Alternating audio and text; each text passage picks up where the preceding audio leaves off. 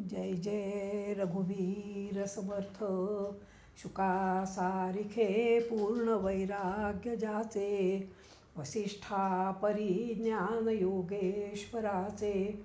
कवी वाल्मिका सारिखा मान्य ऐसा, नमस्कार माझा सद्गुरु रामदासा. मला वाटते अंतरित्वा वसावे, तुझ्या दासबोधासी त्वा बोध व्हावे.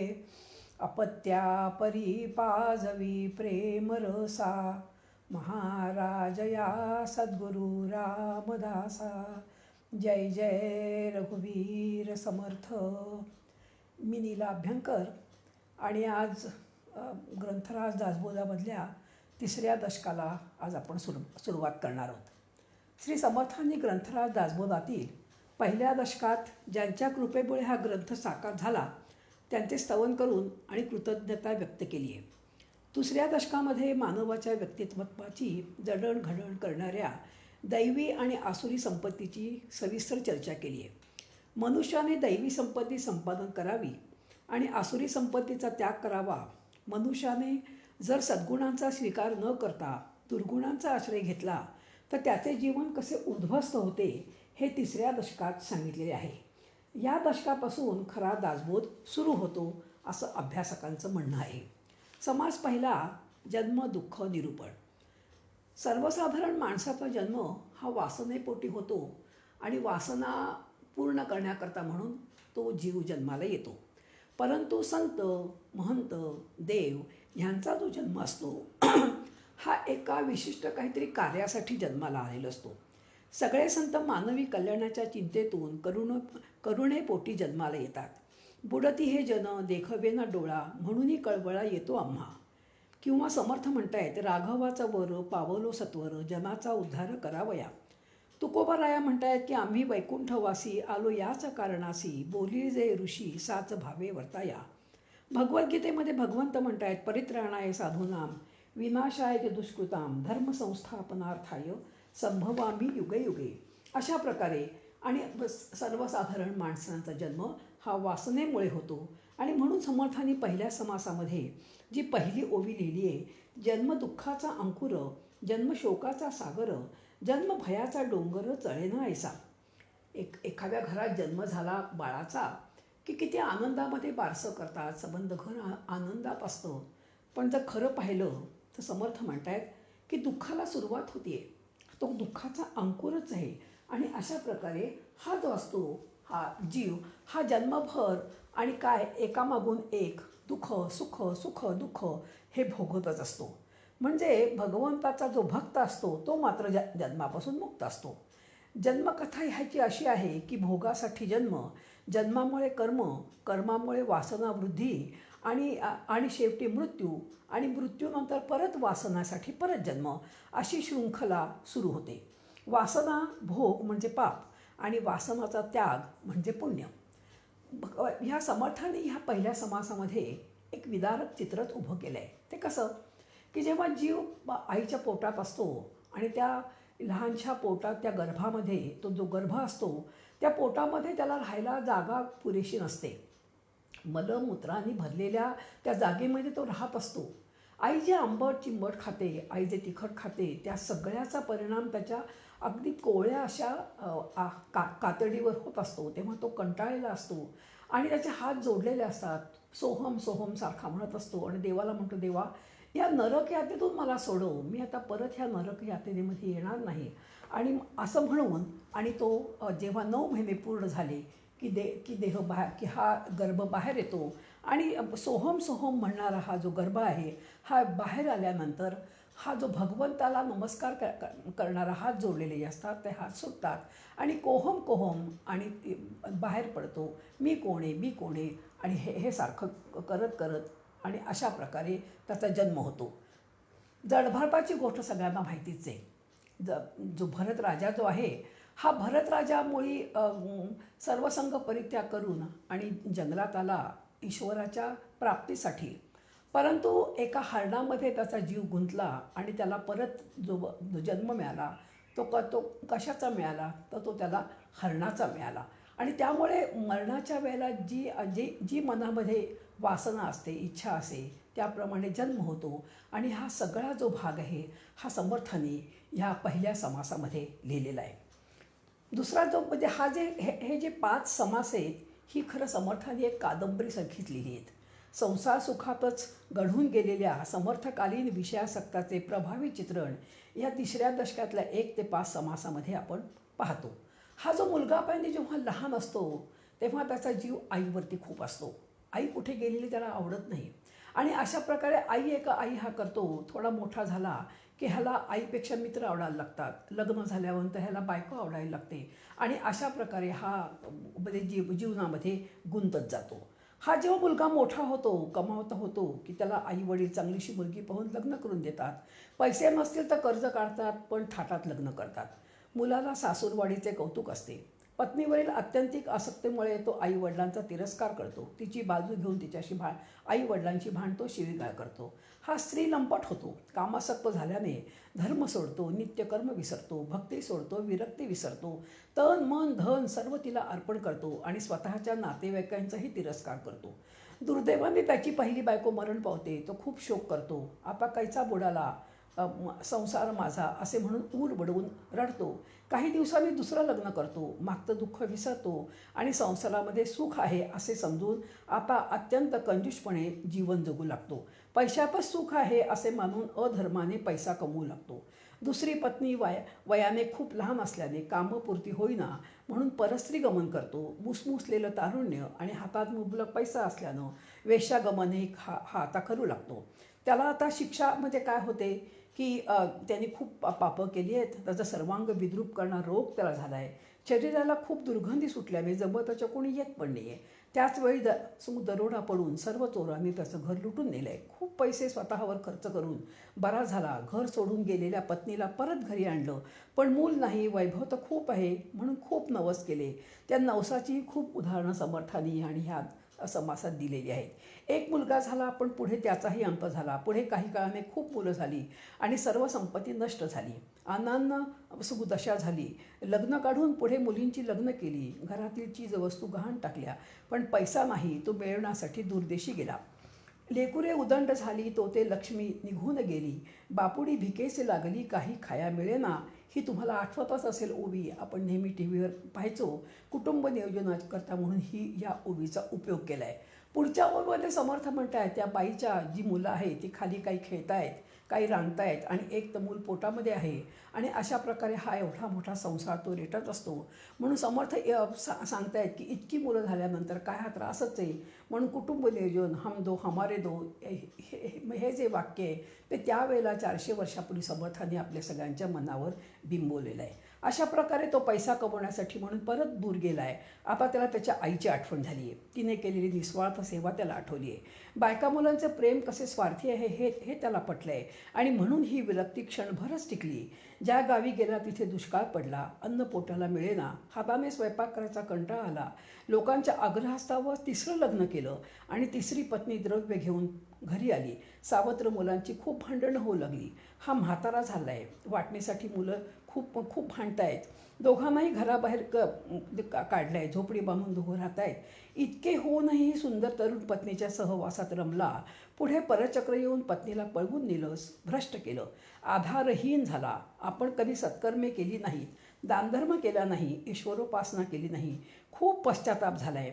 सोन्यासारखं मिळालेलं हे आयुष्य पूर्णपणे मी वाया घालवलं म्हणून तीव्र दुःख झालं आहे. त्यात अंत झाला. यमयातना भोगण्यासाठी नरकात गेला. तुकाराम महाराज म्हणतात, ढेकणाचे बाजे सुखाची कल्पना, मूर्खत्व वचना येवो पाहे. संसार सुख अनित्य असतं म्हणून त्याला सुखाभास म्हणतात. ह्या दशकातील हे पहिले 5 समास म्हणजे एक कादंबरी आहे, एक शोकांतिका आहे. विवेक, वैराग्य, भगवंतावरील विश्वास व जीवनात कुठल्याही गोष्टीवरील श्रद्धेचा जर अभाव असेल तर एका प्रापंचिकाचे जीवन कसे उद्ध्वस्त झाले याचे अत्यंत भयावह चित्र समर्थाने आपल्यापुढे उभं केलं आहे. हे वाचल्यावर असं वाटतं की देवा असं नको रे हे आपल्याला जीवन. त्यासाठी एक सुंदरपैकी मला इथे कविता आठवते. ह्या कवितेपेक्षा एकनाथ महाराजांनी एक पत्र लिहिलं आहे आणि ते पत्र कोणाला लिहिलं आहे तर ह्या आत्मारामांनी पत्र लिहिले जिवाजी पंतांना, म्हणजे जीवात्म्याला लिहिले. चिरंजीव जिवाजी पंत ठाणेदार, वास्तव्य देहपूर, यांसी आत्माराम पंत यांचा आशीर्वाद. पत्र लिहिणे कारण जे तुम्हास देहगावची सनद 100 वर्षाची देऊन पाठवले. कलम तपशील गावची आबादी करावी. काम क्रोध हे रयत त्यांचे ऐकू नये. अशा मनशा यांची संगत धरू नये. सदा स्वधर्मी वागणूक ठेवणे. शांती क्षमा दया असू देणे. ज्ञान वैराग्य भजन पूजनी आदर ठेवणे. ही कलमे कबूल होऊन तुम्हास रवाना केले. तुम्ही तो ते विसरून सदरीचे कलमास न अनुसरून वाईट वागणुकीचा रस्ता काढलात. तो तुम्हास परिणामी बाधक होईल. सावध राहणे. एका जनार्दनी शरण हे आशीर्वाद पत्र कसं ह्या म्हणजे माणसाला लागू पडते आणि म्हणून सांगितले. ह्या देहाचं सुंदर वर्णन समर्थाने केलं आहे, ज्याला आपण मुखचंद्र म्हणून आणि कवितेचा उल्लेख करतो. पण त्याच्यामध्ये त्यांनी असं म्हटलं आहे की एका सायंटिस्टची बायको खूप सुंदर असते आणि त्या सायंटिस्टची बायको एकदा सहज जेव्हा प्रयोगशाळेत जाते तेव्हा तो सायंटिस्ट तिचं ते जे ज्याला मुखचंद्र तो म्हणत होता ते सहज तो त्या दुर्बिणाच्या खाली पाहतो. तेव्हा लक्षात येतो की अरे किती किळसवाणा त्याचा चेहरा आहे, केवढे खाचखळगे आहेत, केवढं रक्त मांस पू सगळं घाण भरलं आहे आणि त्याला मी का म्हणतोय मुखचंद्र. म्हणजे जसं चोखाव्याने म्हटलं आहे, उस डोंगापरी रसनो हे डोंगा काय भुललासी वरलिया रंगा. देहातलाच आपण महत्त्व देतो पण त्या देहातल्या देहीकडे मात्र आपलं लक्ष नसतं. आपण जन्मभर देहबुद्धीत रमतो. अत्यंत 2 नाती बघा ह्या जीवनात श्रेष्ठ आहेत. एक म्हणजे आई मुलाचं. प्रपंचात आई आणि मुलाचं नातं श्रेष्ठ, तर परमार्थामध्ये गुरु आणि शिष्याचं नातं श्रेष्ठ आहे. म्हणून संतांनी देवाला माऊली, जगन्माता, विश्वजननी असं म्हटलेलं आहे. आणि अशा प्रकारे हे 5 समास झाल्यानंतर आणि मग समर्थ आपल्याला 3 ताप सांगतायत. देह इंद्रिय व प्राण ज्यांच्यामुळे जे सुखदुःख प्राप्त होते म्हणजेच भोगावे लागते त्याला आध्यात्मिक ताप म्हणतात. त्यापासून माणसाला दुःख होतं. देह इंद्रिय आणि प्राण यांचे योगे आपण सुखदुःखे सिणे जाणं या नावं आध्यात्मिक ताप. देहातून जे झाले व पंचप्राण आणि इंद्रियामुळे जे दुःख झाले तो आध्यात्मिक ताप होय.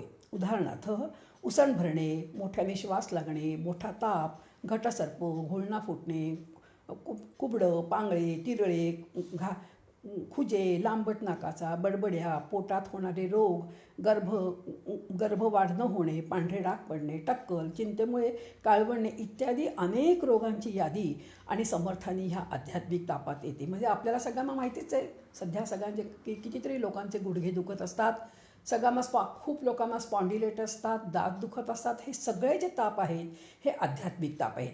आणि ह्यानंतर दुसरा जो ताप सांगितला आहे तो आहे अधिभौतिक ताप. सर्व भूतांच्या संयोगाने जे सुखदुःख उत्पन्न होते तो दुसरा ताप असून तो मोठा क्लेशदायक आहे. सर्व भूतांचे संयोगे सुखदुःख उपजो लागे, ताप होता मनभंगे या नावं अधिभौतिक. वेगवेगळ्या प्रकारचे किडे, भुंगे, साप, डुक्कर, रान, हत्ती, श्वापदे याने चावणं, चिखल्या, दातामध्ये फटी पडणं, डाग देणं, मांत्रिक, वेगवेगळ्या शस्त्रक्रिया करणं, रुईच्या झाडाचा चीक लावणं, फसवून लुटणं, चोरी होणं, भामटे, लबाड लोक, लुटारू, डाकू, पाण्यातले भोरे, साडेसातीचा त्रास, दरीत लोटणं, वेगवेगळ्या अघोरी शिक्षा करणं, तोफेच्या तोंडी देणं, अंगाचे कातडे सोलून काढणं इत्यादी ज्या गोष्टी जो त्रास होतो त्याला म्हणायचं अधिभौतिक त्रास. हा जो त्रास आहे जेव्हा समर्थाने आणि त्यावेळेला ह्या सगळ्या सुनांना अशा प्रकारचे त्रास द्यायचे किंवा हे मुसलमान लोक आणि ह्या आपल्या हिंदू लोकांना जे वेगवेगळे त्रास द्यायचे त्याचाही अंगावर काटा येणारे सगळे आपण ह्या तापामध्ये सर्व आपण म्हणजे पाहतोच आहोत. तिसरा जो आहे आणि हा जो ताप आहे हा प्राणी मेल्यावर त्याच्या पापपुण्य कर्मानुसार यथानुक्रमे यपयापनाहून जो ताप होतो, अनेक स्वर्ग आणि नरकादी भोग भोगावे लागतात, त्याला अधिदैविक ताप म्हणतात. शुभाशुभ कर्माने जना देहांती यमयातना, स्वर्ग नरक युभोग नाना या नावं अधिदैविक. यमदंडाचे मार अनेक प्रकारचे असतात. पाण्यासाठी पुष्कळ यातना होण्याची सामुग्रीही यमलोकी सिद्ध असते, ती पातकी भोगतात. हाच अधिदैविक ताप होय. उठवत नाही, बसवत नाही, रडवत नाही, पडून राहता येत नाही इत्यादी अनेक यातना चालू असतात, तो अधिदैविक ताप होय. वेदशास्त्राप्रमाणे न वागता, भगवत भक्ती करत नाहीत, दानधर्म करत नाहीत, लोकांची असत्यतेने वागतात, त्याला अधिदैविक ताप म्हणतात. आणि अनेक प्रकारचे मार शिक्षा आपण केलेल्या पापाप्रमाणे नरकात यमदूतांकडून भोगावेच लागतात. हे सर्व अधिदैविक ताप होत. सध्या जी ही महामारी आली आहे, हा जो कोरोनाचा जो ताप आहे, हा अधिभौतिक ताप आहे आणि सर्व जगातील सर्व लोक ह्या तापाला बळी पडत आहेत. एकदा एक लक्षात ठेवा, हा जो आपण ह्या भूमीवरती केलेला जे पाप आहे किंवा जे वाईट कर्म आहे, त्याचं गेल्यानंतर ह्या जन्मी नव्हे तर काही जन्मामध्ये आपल्याला त्याचा त्रास हा भोगावाच लागतो. कारण भगवंताचा न्यायाधीश म्हणजे यमराज, आणि हा जो यमराज आहे हा केलेल्या चुकाला हा शिक्षाही देतोच. म्हणून वेगवेगळ्या नरकांची योजना केलेली आहे. मंडालेच्या तुरुंगामध्ये जेव्हा टिळकांची रवानगी होते आणि त्यांना 6 वर्षे शिक्षा होते आणि त्यावेळेला सगळे पत्रकार त्यांना भेटायला येतात की हे तर किती आता हवालदिल झाले असतील, आणि म्हणून जेव्हा म्हणजे बघायला येतात तेव्हा टिळक गाढ झोपलेले असतात गाडीमध्ये. ज्या गाडीतून त्यांना मंडालेला न्यायचं असं त्या गाडीत झोपलेले पाहून पत्रकार आश्चर्यचकित होतात. ते म्हणतात, कमाल आहे, तुम्हाला एवढी 6 वर्षे शिक्षा होऊन तुम्ही शांतपणे झोपू शकता? तेव्हा ते मला ह्या मला खालच्या कोर्टाने शिक्षा दिली, पण ह्याच्याहून सुद्धा वरचा एक न्यायाधीश आहे आणि तो न्यायी आहे, तो सत्यवचनी आहे आणि तो मला शिक्षा देणार नाही ही मला पूर्ण खात्री असल्यामुळे आणि मी एवढा गाढ झोपू शकलो. अशा ह्या 3 प्रकारचे ताप झाल्यानंतर समर्थानी आणि सगळ्यात जो 8वा 9वा जो दशक आहे समास आहे तो मृत्यू निर्मूलनाचा समास आहे. हा जो समास आहे हा अत्यंत महत्त्वाचा आहे. हा मध्ये मध्ये वाचावा. डोंगरे महाराज नेहमी म्हणायचे की आपले मरण पाहिले म्या डोळा, किंवा रोज तुम्ही त्या स्मशानात जा, म्हणजे खरोखर स्मशानात जाऊ नका पण तुम्ही त्या मरणाची आठवण ठेवा. एकदा तुकाराम महाराजांकडे आणि एक व्यापारी गेला आणि तो म्हणाला, तुम्हाला राहायला घर नाही, खायला अन्न नाही, अंगात घालायला कपडे नाही, तरी तुम्ही इतक्या आनंदात कसे राहू शकता? माझ्याकडे सगळी साधनं आहेत आणि तरीसुद्धा मी आपला सतत म्हणजे चिडलेला असतो, रागवलेला असतो, म्हणजे असं का बरं? तेव्हा ते मला काही माहीत नाही, पण तुमच्या डोक्यावरती स्पष्ट दिसतंय की आजपासून 3ऱ्या दिवशी तुम्हाला मृत्यू येणार आहे. हा घाबरला, हा घरी आला आणि हा सगळ्यांचे चांगलं वागायला लागला. बायकोचं ऐकायला लागला, बायकोने मागितल्याबरोबर पैसे हवे तेवढे द्यायला लागला, मुलांचे प्रेमानं वागायला लागला, दुकानामध्ये सगळ्या आलेल्या गेलेल्यांची प्रेमाने वागतोय, दुकानामध्ये जे नोकर आहेत त्यांना भरपूर पैसे दिलेत, आनंदात आहे, सगळे पैसे वाटून टाकले आणि 3 दिवसानंतर पाहिलं तर आपल्याला मृत्यू आलाच नाही. म्हणून धावत तुकारामांकडे गेला. म्हणजे काय रे तू क्या खोटं बोललास? मला 3 दिवसांनी मरण येणार म्हणून सगळा पैसा मी संपवला. अरे कळलं का तुला मी का सुखात येते? मी पण माझं जे म्हणजे मरण हे सतत डोळ्यासमोर वागतो आणि म्हणून मी चांगलाच वागतो. आणि अशा प्रकारे त्यांनी त्याचे डोळे उघडले. महाभारतामध्ये यक्ष प्रश्न विचारला आहे ह्या युधिष्ठिराला की किम आश्चर्यम? तेव्हा ते म्हणतात, सतत मृत्यू पाहतो पण स्वतःला जो चिरंजीव समजतो ते खरे मोठं आश्चर्य आहे. मरे एक त्याचा दुजा शोक वाहे, अकस्मात तोही पुढे जात आहे. मना पाहता सत्य हे मृत्यूभूमी, जिता बोलती सर्वही जीव मी. चिरंजीव हे सर्वही मानिताती, अकस्मात सांडू दिया सर्व जाती. जीवा कर्मयोगे जनी जन्म झाला, परी शेवटी काळ मुखी निमाला. महाथोरते मृत्यू पंथेची गेले, किती एकते जन्मले आणि मेले. अशा प्रकारे आणि समर्थांनी मनाच्या श्लोकामध्ये आणि याचं सुंदर वर्णन केलेलं आहे. आपल्याला असं वाटतं की मनाचे श्लोक साधे लहान मुलांनी पाठ करण्याचे, पण त्याचा जर तुम्ही अभ्यास केला तर महान असं तत्त्वज्ञान ह्या श्लोकामध्ये त्यांनी भरून ठेवलेलं आहे. हा जो 9वा समास आहे आणि या समासामध्ये समर्थ म्हणत आहे की जे जे उदयाला येतं ते नाश पावतं. ब्रह्मा विष्णू महेश या सर्वांनाच कधी ना कधीतरी जायचं हे असतंच. सर्वसाधारणपणे जीवाचे जाण्यावर कधीही कंट्रोल नसतो. जन्माला येतानाच भगवंताने दिलेले श्वास संपल्यावर जावंच लागतं. जेव्हा मूल जन्माला येतं तेव्हाच त्याचं रिटर्न तिकीट काढलेलं असतं, फक्त ते आपल्याला माहीत नसतं एवढंच. पण जे अवतारी असतात ते त्यांचे कार्य संपल्यावर जातात. मृत्यूवर त्यांनी विजय मिळलेला असतो. उदाहरणार्थ भीष्माचार्य, मृत्यू म्हणेल तेव्हा मी जाणार नाही, मी म्हणेन त्याच वेळेला मृत्यू आला पाहिजे, ते मृत्युंजय असतात. आणि अशा प्रकारे समर्थ फार सुंदर वर्णन करतायत. पहा, या यमाकडे मात्र काळा पैसा चालत नाही, भ्रष्टाचार चालत नाही. ह्याच्या लेखी श्रीमंत गरीब उच्च नीच असा भेदभावच नाही आहे. जे जे जन्माला आले, ज्याची वेळ झाली आहे, जो जिथे असेल तिकडे तो यम जातात आणि त्याला घेऊन जातात. त्यामुळे ह्या मृत्यूच्या तडाख्यातून कोणीही सुटू शकत नाही. कितीही मोठा ईश्वर भक्त वा अवतार असला तरी त्याला मृत्यू हा अटळ आहे. म्हणून ह्या जगाला मृत्यूभूमी नाव पडलं आहे. या आपण देहात असताना ज्यांच्या शिवाशी मिलन होतं, म्हणजे त्यांना आत्मज्ञान होतं, ते म्हणजे खरे मुक्त आहेत. म्हणजे प्रारब्धाप्रमाणे जितके दिवस उरले असतील तितके दिवस त्यांचा देह श्वास घेत असतो. देहाला मुक्ती नसून ती सूक्ष्म देह किंवा जीवाला मुक्ती असते. परीक्षित राजाला शाप होता की 7 दिवसात तक्षक येऊन चावेल व मृत्यू येईल. पण शुकदेवांकडून भागवत ऐकून ते मुक्त झाले. 7व्या दिवशी ठरल्याप्रमाणे तक्षक आला, चावला. देह काळात ठिक्कर पडला, पण आत्मज्ञान संपन्न झाल्याने ते मुक्त झाले होते. श्री समर्थ, रामकृष्ण, स्वरूपानंद इत्यादी संत आत्मज्ञान संपन्न झाल्याने देह पडायच्या पूर्वीच मुक्त झालेले होते. जन्ममरणाच्या चक्रातून मुक्त झाले. वासना देह नष्ट झाला, ही मुक्ती. समर्थाने ह्या सगळ्या ओव्यामध्ये कसा मृत्यूपासून कोणीही सुटला नाही याचं सुंदर वर्णन आणि समर्थाने केलेलं आहे. मला इथे एक गोष्ट आठवते. एका गाडीमधून आणि 2 प्रवासी जात होते आणि 2 प्रवाशापैकी एका प्रवाशाकडे एक छोटीशी बॅग होती, तर दुसऱ्या प्रवासाकडे 15-16 बॅगा होत्या. आता दिवसभर त्या दोघांची खूप मैत्री झाली. रात्रभर त्या गाडीत झोपले. सकाळी उठून पहिला उतारू त्याला म्हणतो, मित्रा, अरे रात्रभर तो नुसता बळबळतोय, झोपला नाही, सारखं इकडं बघ तिकडं बघ तिकडे बघ करतोय. तेव्हा तो म्हणतो, कसा झोपू रे, एवढ्या सगळ्या बॅगा मला सांभाळायच्या होत्या ना. आणि ह्या उलट मी पाहिलं की तू तर गाढ झोपला होतास. अरे माझ्याकडे एकच बॅग, मी कशाला चिंता करू. आलं का लक्षात. या जीवनरूपी गाडीत आपण निघालेलो आहे मृत्यूला आणि आपण म्हणजे खूप म्हणजे वस्तू जमा केल्या. जेव्हा लग्न झालं तेव्हा आपल्याकडे काय होतं, काही नव्हतं. पण आता पुण्यात 2 फ्लॅट्स आहेत, बंगलोरला 1 फ्लॅट आहे, मुंबईत दुकान आहे, दिल्लीत ऑफिस आहे. हे सगळं एवढं गोळा कर्ज आपण केलं आहे आणि हे सगळं गोळा केल्यानंतर आपण यातच गुंतलो आहेत. आणि त्यामुळे जाताना हे सगळं सोडून जायचं आणि म्हणून खूप दुःख आहे. म्हणून संत म्हणत आहेत, तुम्ही जोपर्यंत जिवंत आहात तोपर्यंत तुम्ही काय करा, तर सगळ्या या वस्तू वाटून टाका आणि मोकळे व्हा. येताना बरोबर काही आणलं नाही, मग जाताना तरी बरोबर काय नेत आहे, काही नेऊ नका, हात रिकामी ठेवा, तरच तुम्ही आनंदात जाल. जीवासवे जन्मे मृत्यू, जोड जन्म जात, दिसे भासते हे सारे विश्वनाशवंत. काय शोक करिसी वेड्या स्वप्नीच्या फळांचा, पराधीन आहे जगती पुत्र मानवाचा.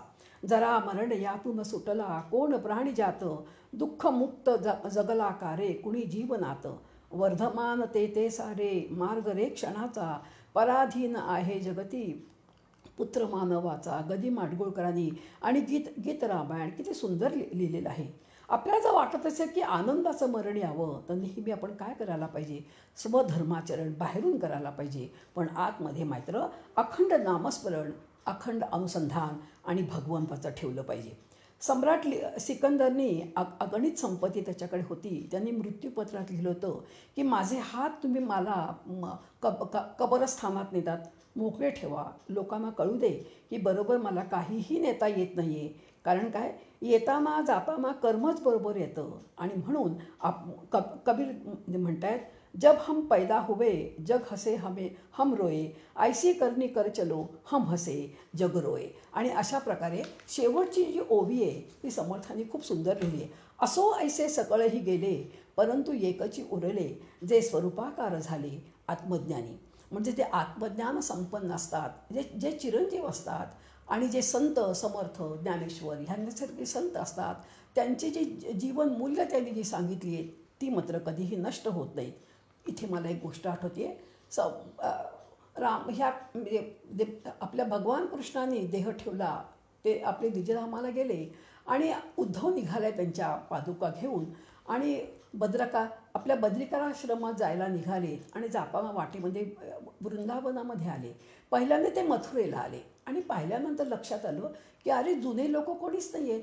मग कोण भेटले त्यांना, तर त्यांना पहिल्यांदा ते कालिंदी नदीवरती गेले.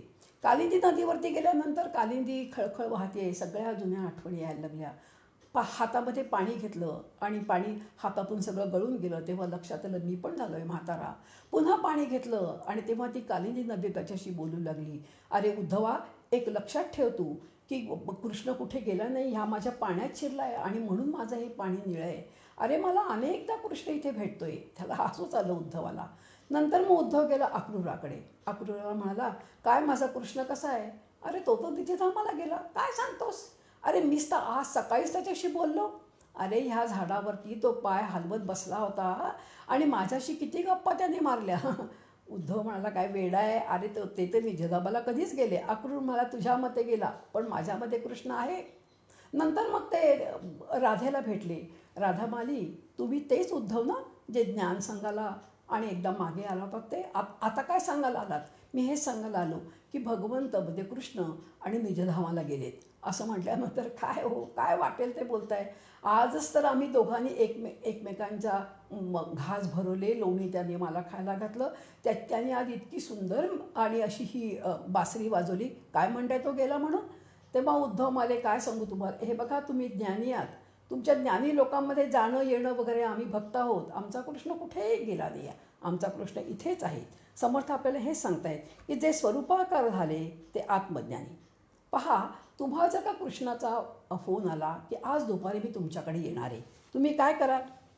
तुम्ही काय कराल? तुम्ही सगळं घर साफ कराल, तुम्ही स्वतः पण चांगले कपडे घालाल आणि त्याच्या तुम्ही आगमनाची वाट पाहाल. आता समर्थ कृष्ण गीतेमध्ये म्हणतायत की कृष्ण म्हणजे मृत्यू, कृष्ण म्हणजे अमृत. म्हणजे आपल्याला जेव्हा मृत्यूसमयी येणार घ्यायला, तो कोण येणार? तो कृष्ण येणार. मग जसं कृष्ण येणार दुपारी म्हणून तुम्ही जसं घर सजवलं, आनंदात होतात, तसंच जायच्या वेळेला सुद्धा तुम्ही आनंदात गेलं पाहिजे. कारण स्वतः कृष्ण तुम्हाला घ्यायला आला आहे, हा आपला भाव. आणि हा भाव टिकण्यासाठी आपण काय करायला पाहिजे? इदम न मम, हे घर माझं नाही, मी पाहुणा म्हणून ह्या घरात राहायला जर आपण राहू लागलो तर आपल्याला सोडायच्या वेळेला दुःख होणार नाही. म्हणून हाताने आपली संपत्ती वाटून टाका, हाताने ज्याचं त्याला देऊन टाका, मोकळे व्हा. आणि मोकळ्या मनाने तुम्ही जर गेलात तर तुम्ही आनंदाला, मृत्यूला समोर जाल. हा अशा प्रकारचा सुंदर हा मृत्यू समास झाल्यानंतर शेवटचा जो समास आहे हा 10वा समास आहे. हा 10वा समास अत्यंत चांगला आहे. असं म्हणतात की 3:10 खरं तत्त्वज्ञान सुरू होतं. जीवनामध्ये दुःख आल्याशिवाय मनुष्य परमेश्वराकडे वळतच नाही. जो त्रिविध तापे पोळला, संसार दुःखे दुःखवला, तोची अधिकारी झाला परमार्थविषयी. दुःख आल्यावर विषण्णता येते. एखादे योगी अरविंद किंवा विवेकानंद किंवा समर्थ असतात जे अभिजात वैराग्यशाली असतात. एखादे शंकराचार्य 8व्या वर्षी आईकडे संन्यासाची परवानगी मागतात. पण बहुसंख्य तुमच्या माझ्यासारखे असतात. सर्व जीवन व्यवस्थित चालू असताना पण अशी काही आपत्ती येते, दुर्घटना घडते की जीवन सगळं ढवळून निघतं. तो अंतर्मुख होतो. ज्याच्यावर मी प्रेम केलेलं असतं ते ओळख दाखवत नाहीत. माहितीची माणसं धोका देतात. ज्याच्याबरोबर व्यवसाय केलेला असतो ते मला फसवतात, दगाफटका देतात. आणि असे कटू अनुभव आल्यावर या जगात एका भगवंताशिवाय आपलं कोणी नाही, एकटा भगवंत फक्त आपला आहे, अशी धारणा तयार होते. म्हणून त्रिविध तापाने जो पोळतो, संसारातील दुःखाने जो कष्टी होतो, त्यालाच भगवंताची खरी आठवण येते. दृश्य जगातील मिथ्यत्वाच्या धारणेशिवाय परमार्थ नाही, हे समर्थ आपल्याला या समासामध्ये सांगतायत. दोन्ही गोष्टी बरोबर कधीच चालणार नाहीत. संसारावरील प्रेम आणि भगवंतावर प्रेम दोन्ही एकदम कधी होऊ शकणार नाहीत. दोन तलवारी कधी एका म्यानात जातील का? प्रेमाची गल्ली इतकी अरुंद आहे की दोन्ही प्रेम मावू शकत नाहीत. गोपींची गोष्ट इथे आठवते. एक गोपी दुसरीला म्हणते, अगं रात्रभर मी कृष्णाची वाट पाहत होते, तो आलाच नाही. पहाटे स्वप्न पडल्यावर तो स्वप्नात आला.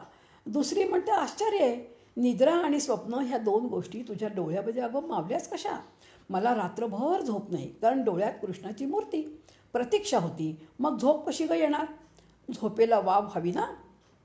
आपल्याला हे वर्णन किंवा ही कवी कल्पना वाटेल, खोटं वाटेल, पण अलीकडच्या काळात एक महात्मा होऊन गेला ज्याचं नाव आहे भगवान रामकृष्ण परमहंस.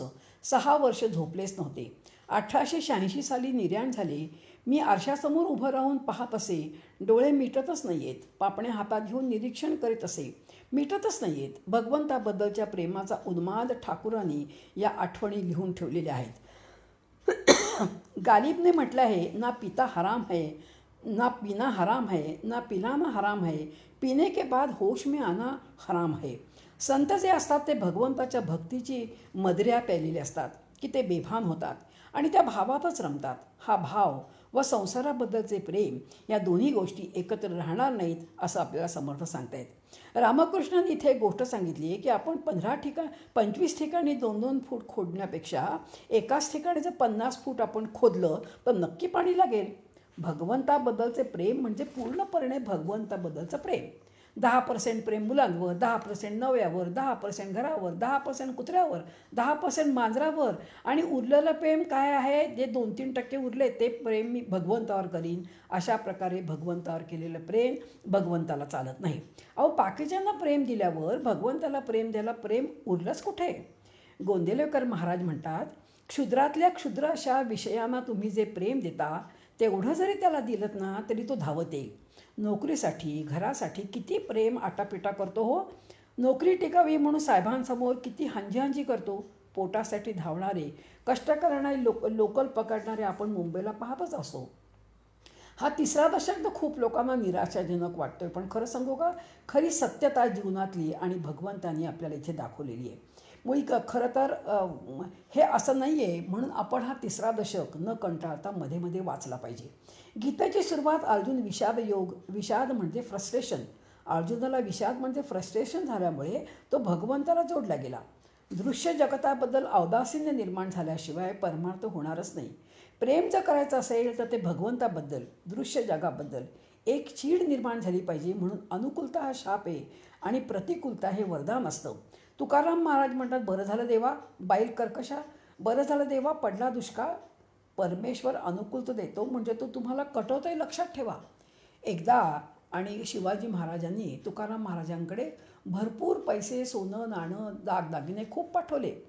त्यांची बायको आवडी खूप खुश झाली, अंगावर सगळे दागिने घातले आणि नवऱ्याची वाट पाहत बसली.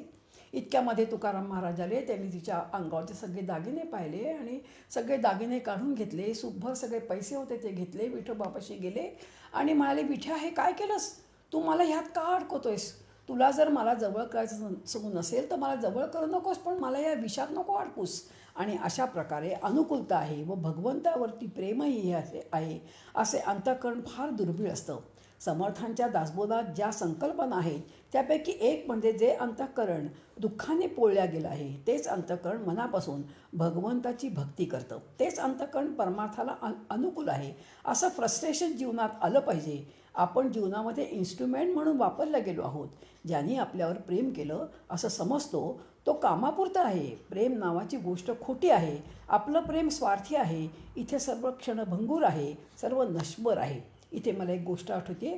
एक तरुण मुलगा आणि संतांकडे प्रवचनाला नेहमी जायचा आणि प्रवचन झाल्यावर तो म्हणायचा, काय सांगता तुम्ही, सांगता तर सगळं खोटं आहे. अहो, माझी बायको, माझी मुलं, माझे आईवडील माझ्यावर किती प्रेम करतात, काय सांगू. मी जाईपर्यंत जेवत नाहीत, वाट बघतात. त्यांनी 2-3दा म्हटल्यानंतर आणि त्या संतांनी त्यांना एक पुडी दिली आणि सांगितलं, तू आता आज घरी जा आणि सांग की ज्या गुरूंकडे जातो त्या गुरूंनी माझा हात पाहिला आणि सांगितलं की 3 दिवसांनी मला मृत्यू आहे आणि त्याप्रमाणे मी जाणार. पण मी ही जी पुडी दिली आहे संतांनी, ती संतांनी पुडी जर दुसऱ्या माणसाने ही पुडी खाल्ली तर मात्र माझा जो मृत्यू आहे हा माझा टळेल. त्याप्रमाणे हा घरी आला आणि ही पुडी, सगळ्या ह्या पुडीच्या गोष्टी सांगितल्या. पहिल्यांदा आईला सांगितलं, आई म्हणाली, राजा खरंच मी पुडी खाल्ली असती रे, पण खरं सांगू का, जीवनभर इतकं दुःख भोगलं, ह्यांना किती पगार कमी होता, आता कुठे माझ्या हातात थोडे पैसे खुळखुळत आहेत, आता मला यात्रा करायच्या आहेत, खूप हिंडायचं आहे गे, नक्की पुडी खाल्ली असती बरं. वडिलांना सांगितलं. वडील मला काय काय सांगू, मी नक्की पुडी, तुझ्यावरती माझा एवढा जीव आहे, पण अरे हिच्याशिवाय, ही माझ्याशिवाय जगू शकत नाही आणि आणि मी आणि ही जन्मभर मी दूर राहून आणि नोकरी केली, किती वर्षांनी आम्ही दोघं एकत्र राहतोय, नाही बाबा मी नाही हो पुडी खाणार. मग तो आपल्या लाडक्या बायकोकडे गेला आणि बायकोला सांगितलं. ती म्हणाली, बापरे तुम्ही 3 दिवसांत जाणार, असं कसं शक्य आहे. मग त्यांनी पुडीची गंमत सांगितली. तेव्हा ती म्हणते, मी खाल्ली असती, पण ही लहान मुलं ही मुलं माझ्याशिवाय राहू शकणार नाही आणि तुम्ही संबंध, घर, मुलं आई वडील ह्या सगळ्यांना सांभाळणं कठीण आहे. हे सगळं ऐकलं तो धावत साधूकडे आला आणि म्हणाला, हे सगळे जे माझ्याकडे माझ्यावर प्रेम करतायत ते किती खरं आहे, ते किती खरं आहे आणि किती खोटं आहे हे मला कळलं. चला मी तुमच्याबरोबर सगळा संसार सोडून येतो. असे हे जे प्रेमाचे वादे असतात ते कसे खोटे असतात हे आपल्याला गोष्टीवरून कळतं. कसमे वादे प्यार वहाँ जब बात है बातों का क्या, कोई किसी का नहीं रे झूठे नाते हैं नातों का क्या. सुख में तेरे साथ चलेंगे दुख में सब मुख मोड़ेंगे, दुनिया वाले तेरा बनकर तेरा ही दिल तोड़ेंगे. देते हैं भगवान को धोखा इंसान को क्या छोड़ेंगे, होगा मसीहा सामने तेरे फिर भी तुम बच पाएगा, तेरा अपना खून ही अखिर तुझको आग लगाएगा. समर्थ रामदास. शिवाजी सर्व निघून गेलेत. रामायणाचा शेवट काय झालाय? या जगातील प्रत्येक गोष्ट ही नश्वर आहे, क्षणभंगूर आहे, अशाश्वत आहे. ह्या जगात भगवंताचं प्रेम फक्त सत्य आहे आणि हा विचार ही मनाची धारणा म्हणजे संबंध भक्तिशास्त्राचा पाया आहे. जोपर्यंत दृश्य जगताच्या गोष्टींपासून व्यक्तीकडून सुख प्रेम मिळेल अशी आशा आहे तोपर्यंत तो माणूस भक्तिमार्गाचा परमार्थाचा अधिकारी नाही. अन्य आश्रयो त्यागहा इति अनन्यता असे भक्तिसूत्रात नारद मुनींनी सांगून ठेवले. सर्व आधार सुटले, बेसहारा मी झालो अशी चित्ताची अवस्था प्राप्त झाली असेल तर भगवंत धावत येतो. गजेंद्राकरता धावत आला, द्रौपदीकरता धावत आला. भगवंत धावत आलेच की नाही त्यांच्याकरता. लोग कहते हैं भगवान आते नहीं, द्रौपदी की तरह तुम बुलाते नहीं. लोग कहते हैं भगवान खाते नहीं, शबरी भिल्लीन की तरह तुम खिलाते नहीं. लोग कहते हैं भगवान गाते नहीं, गोपियों की तरह तुम गुनगुनाते नहीं. लोग कहते हैं भगवान सोते नहीं, यशोदा मैया की तरह तुम सुलाते नहीं. आतून दृश्य जगाबद्दल चीड निर्माण झाली पाहिजे की मी कोणाकडेही प्रेमाची भीक मागणार नाही. एक माझा परमेश्वर, दुसरा या जगात माझा कोणीही नाही. बघा, 2 साधक होते. एका आश्रमात साधना करत होते. मनुष्याला अनुष्ठानाला बसले होते. एका साधकाला रात्री स्वप्न पडलं आणि स्वप्नामध्ये देव दिसला. म्हणाला, तू या जन्मामध्ये कितीही जरी साधना केलीस ना तरी माझी प्राप्ती नाही. बघ, विचार कर, सर्व सोडून दे आणि प्रपंच कर. त्यांनी सकाळी उठून आपले स्वप्न आणि मित्राला सांगितले. मित्राला वाटलं की हा साधना सोडून घरी परतणार. 4-5 दिवस झाले, याची दिनचर्या आपली पूर्वीसारखी सुरूच आहे. हा काही घरी गेला नाही. त्यांनी विचारलं, का रे, अजून साधना सुरूच ठेवलीस? तो म्हणाला, खरं सांगू का, 2 कारण आहेत. एक म्हणजे इतकं पवित्र जीवन जगत आहे ते का बरं सोडायचं, आणि इतकं बिनधास्त संयमी जीवन जगणं सुरू आहे ते नाही सोडणार. आणि दुसरं कारण म्हणजे एकदा भगवंताचं दार ठोठवल्यावर दुसरं दार कोणाचं ठोठवायचं. म्हणून मला असं वाटतं मी इथेच राहणार, जे काय व्हायचं ते होऊ दे. अहो, एकदा गंगेचं पाणी मिळालं नाही म्हणून गटारगंगेचं पाणी का प्यायचं असतं. आम्ही उपाशी मरू पण कोणत्याही पाण्याशी तडजोड करणार नाही. जसा चातक पक्षी वरचेवरी चंच पसरुनी थेंबुटा धरी किंवा मेघ चातकावरी गोळेना तरी चातक पालटेना, चंद्र वेळेसी उगवेना तरी चकोर अनन्य. नाना पक्षी फळे खाती तेडेची होय त्यांची तृप्ती, परी त्या चकोराचे चित्ती अमृत वसे. असा संसारी मनुष्य वाहे संसाराची वास, परी तो ते भगवंताचे अंश, भगवंताची इच्छिती. एखादा अपमानास्पद प्रसंग घडतो, माणूस अंतर्मुख होतो. काहीतरी मनाविरुद्ध घटना घडते, माणूस अंतर्मुख होतो. काहीतरी कटू अनुभव येतो, माणूस विचार करू लागतो. आणि हीच परमार्थाची संपदा आहे असं आपल्याला समर्थ या समासात सांगतायत. आईने ध्रुवाला सांगितलं की तू माझ्या पोटी जन्माला आल्यानेच बाबांच्या मांडीवर बसायचा तुला अधिकार आहे. एक अपमानास्पद घटना घडली, कठोर तपश्चर्या करून ध्रुवाने केली आणि आढळपद कमावलं. आजही आकाशामध्ये ध्रुव तारा आपण पाहतोच आणि त्याचंच तो आज हा अजरामर झाला आहे. अन्याय मार्गाने मिळवलेल्या संपत्तीचा वाटेकरी घरातले कोणीही होणार नाही हे ऐकल्याबरोबर वाल्या कोळीला समजलं. चीड निर्माण झाली आणि तपश्चर्याला बसला आणि वाल्मिकी होऊनच उठला. संसार तापे पोळला, संसार दुःखे दुखवला. हे जे मानभंगाचे प्रसंग आहेत ना, ज्यांनी अपमान केला त्यांना धन्यवाद द्यावेत, कारण त्यामुळे जीवनाला कलाटणी मिळाली. जेव्हा रामाला 14 वर्षी वनवास सांगितला त्यावेळी तो कैकेयीचे आभार मानतो की अगं आई, तुझ्यामुळे आता मला 14 वर्ष वनवास काय म्हणजे वनात जायला मिळेल, ऋषीमुनींचं जीवन बघायला मिळेल, ऋषीमुनींशी मला तात्विक चर्चा करायला मिळेल. मी खरं सांगू का, मी तुला धन्यवाद देतो. कारण काय, त्यामुळे मला माझ्या जीवनाला कलाटणी मिळाली आहे. परमेश्वराकडे ढकलल्या गेलो आहे. संकटातून माणसाने शहाणं व्हावं की कोडकं व्हावं, दुःखाशीच मैत्री करतायत. अनेक लोकांना पाहते दुःखच कवटाळायला आवडतं. एकदा मी एका माझ्या मैत्रिणीकडे तिचे यजमान गेले म्हणून भेटायला गेले, तर तो मी तिचा विषय दुःखाचा काढलाच नाही, पण तिच्या आजूबाजूच्या लोकांना तिला ते आवडलं नाही. ती पुन्हा मूळ मुद्द्यावरती आले की हे कसे गेले आणि ह्यांना आम्ही कसे मदत करू शकलो नाही. ह्याचा अर्थच असा की काय आहे की लोकांना दुःखच आवडतं, दुःखामध्येच आनंद मानायला आवडतो. एखादा भगवंताचा भक्त असतो, दुःख आल्यावर तो अंतर्मुख होतो, विचार करतो आणि ठरवतो की या जगात भगवंताशिवाय आपलं कोणी नाही, परमेश्वरच केवळ आपला आहे. ही संबंध परमार्थाची वाटचाल करण्याची संपत्ती आहे, भगवंताचे अधिष्ठान आहे. एक संत सांगून गेले की संसारात असण्याचं नाटक करा, पण भक्त असा, अंतःकरणापासून भक्त असा, पण संसारात आहे याचे उत्तम नाटक करा. पण याच्या उलट मात्र करू नका. भक्त असायचं नाटक करायचं आणि संसारामध्ये मात्र पूर्णपणे रस घ्यायचा.